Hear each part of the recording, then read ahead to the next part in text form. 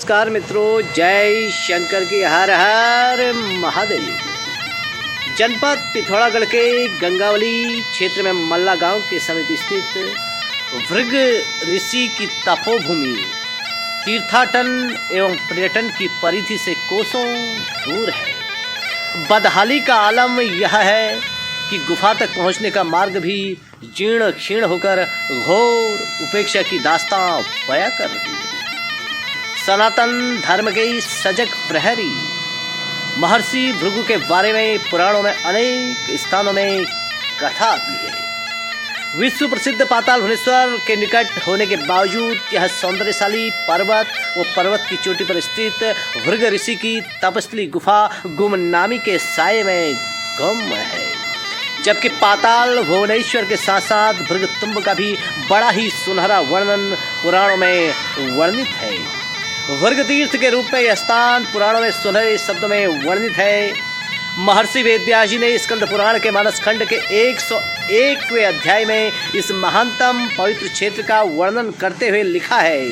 शैल पर्वत के उत्तरस्थ में भुवनेश्वर के निकट पर्वत के शिखर पर शोभायमान भृगपुण्य आश्रम है, जिसके दर्शन से महाभयंकर पापों का विनाश हो जाता है। भृगपुण्याश्रम दृष्ट्वा मानवाना दुरात्मनाम पातकानान प्राणासाय भृगपुण्य आश्रम विनाम।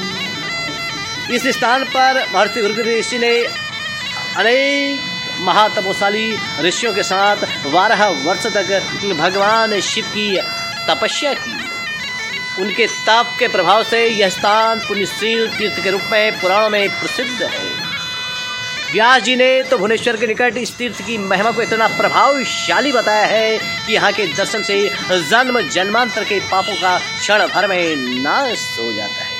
भृगतुंब की गुफा को पुराणों में भार्गवी कहा गया है। इसी गुफा में भृग ऋषि ने त्रिदेव की आराधना कर उन्हें प्रसन्न किया, इसलिए यहाँ तीनों देवताओं का साक्षात वास माना जाता है। यहाँ पर की गई पूजा से प्राणी के सभी मनोरथ पूर्ण हो जाते हैं। भृगतुंब के बारे में अनेक कथाएं प्रचलित हैं, जिनमें से एक पौराणिक कथा इस प्रकार है। कहा जाता है कि एक बार हिमालयी क्षेत्र में भारी अकाल पड़ गया था। 12 वर्ष तक वर्षा न होने से पशु व पक्षी एवं पृथ्वी पर रहने वाले प्राणियों के सम्मुख अन्न, जल, कंदमूल, फल आदि का भयंकर अभाव हो गया। हिमालयी क्षेत्र में आए अकाल से समूची धरती त्राहिमाम हो उठी थी। शिव जी की प्रेरणा से प्रेरित होकर भृग ऋषि ने हिमालय की ओर प्रस्थान किया।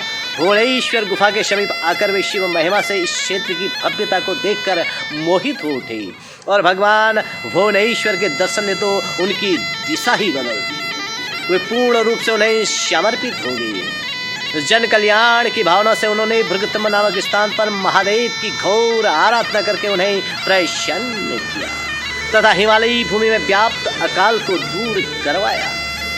ऋषि भृग की तपस्या के प्रभाव से सभी प्राणी, वंचर, जीव जंतु निहाल हो उठे।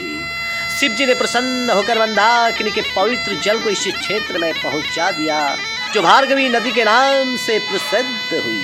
इसका जल इतना पावन व निर्मल है कि स्पर्श करते ही समस्त संतापों का हरण कर लेता। इसको सर्वगंगा के नाम से भी पुकारा जाता है। इसकी महत्ता का विस्तार से वर्णन करते हुए मानस खंड में श्री वेद व्यास जी लिखते हैं कि इसमें स्नान करने के पश्चात पश्चिम भाग में देवी का पूजन करने से वाजपेयी यज्ञ का फल मिलता है। ऐसा पुराणों में सुंदर शब्दों में महर्षि वेद व्यास जी ने वर्णित किया है।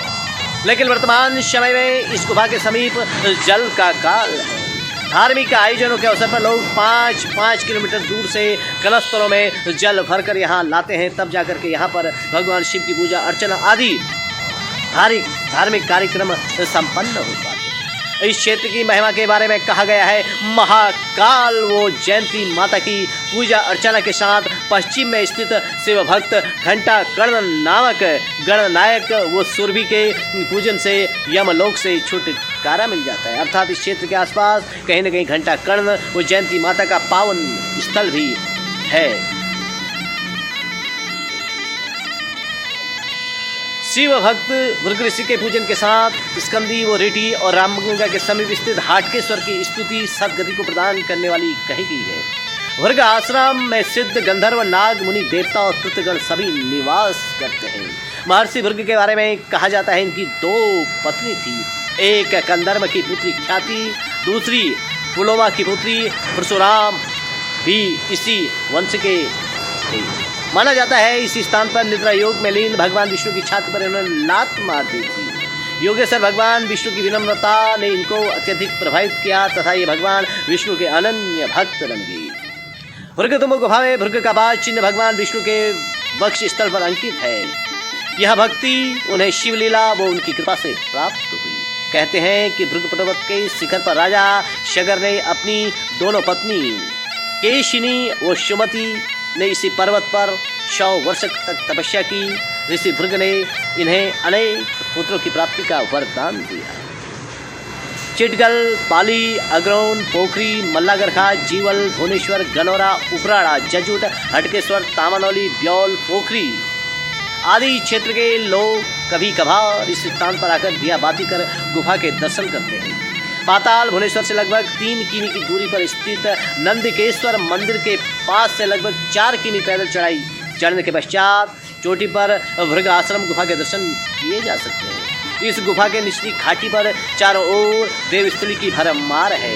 यदि इस क्षेत्र को तीर्थ स्थल के रूप में विकसित किया जाए तो महानतम क्षेत्र चंडिका घाट व हटकेश्वर सहित गंगावली का यह भूभाग आगंतुकों के लिए अलौकिक सौगात सिद्ध होगा। भृग ऋषि त्रिकालदर्शी के साथ साथ ज्योतिष विद्या में भी पारंगत थे। ब्रह्मा के मानस पुत्रों में वे एक कहे गए हैं। अंगिरा ऋषि इनके बड़े भाई थे। अत्रि, मरीचि, दक्ष, वशिष्ठ, पुलस्त, नारद, कंदर्म, स्वायंभव, मनु, क्रतु, पुलह, सनकादि ऋषि इनके भाई हैं। ये विष्णु के ससुर और शिव के शाणु थे। महर्षि भृग को भी सप्तऋषि मंडल में स्थान मिला है। इनके पुत्र धाता और विधाता एवं पुत्री भार्गवी की गिनती भी महान शिव भक्तों में होती है। महर्षि भृग की पहली पत्नी का नाम ख्याति था जो दक्ष की कन्या थी और सती की बहन। इस नाते ये भगवान शिव के शाणु हुए। ख्याति से भृग के 2 पुत्र दाता और विधाता मिले और एक बेटी लक्ष्मी का जन्म हुआ। लक्ष्मी का विवाह इन्होंने भगवान विष्णु से किया। इस नाते ये भगवान विष्णु के ससुर हुए। महान शिव भक्त मार्कंडेय ऋषि भी इन्हीं के वंश में उत्पन्न हुए। महर्षि चब्यन भी इनके पुत्र थे। इनके और भी पुत्रों का जिक्र पुराणों में आता है। मान्यता है कि ऋषि भृग ने भृग संहिता की रचना इसी भृगतंब में की थी। अग्नि तत्व के भी ये परम ज्ञाता माने गए। आग को प्रज्वलित करने की कला का ज्ञान संसार को इन्होंने ही सिखाया। संजीवनी विद्या भी इनके परिश्रम का ही प्रताप है। इस विद्या से इन्होंने अपने पौत्र शुक्राचार्य को पारंगत किया। कुल मिलाकर गंगावली क्षेत्र की भृगतुंड गुफा पौराणिक दृष्टि से अति महत्वपूर्ण है। जितनी महत्वपूर्ण यह गुफा है उतने ही महत्वपूर्ण आसपास के तीर्थ स्थल भी हैं। लेकिन पर्यटन एवं तीर्थाटन से कोसों दूर यह गुफा गुमनामी के साए में गुम है। स्थानीय भक्तजन यहाँ पहुँचकर कभी कभार दिया बाती करके महान अलौकिक सिद्ध पुरुष भृग ऋषि की गुफा में आकर शीश नवा करके अपने आराधना के श्रद्धा पुष्प अर्पित करते हैं। कुल मिलाकर के गंगावली की गुमनाम घाटी में भृग ऋषि की गुफा भृगतुंड के पर्वत का अपना अतुलनीय महत्व है।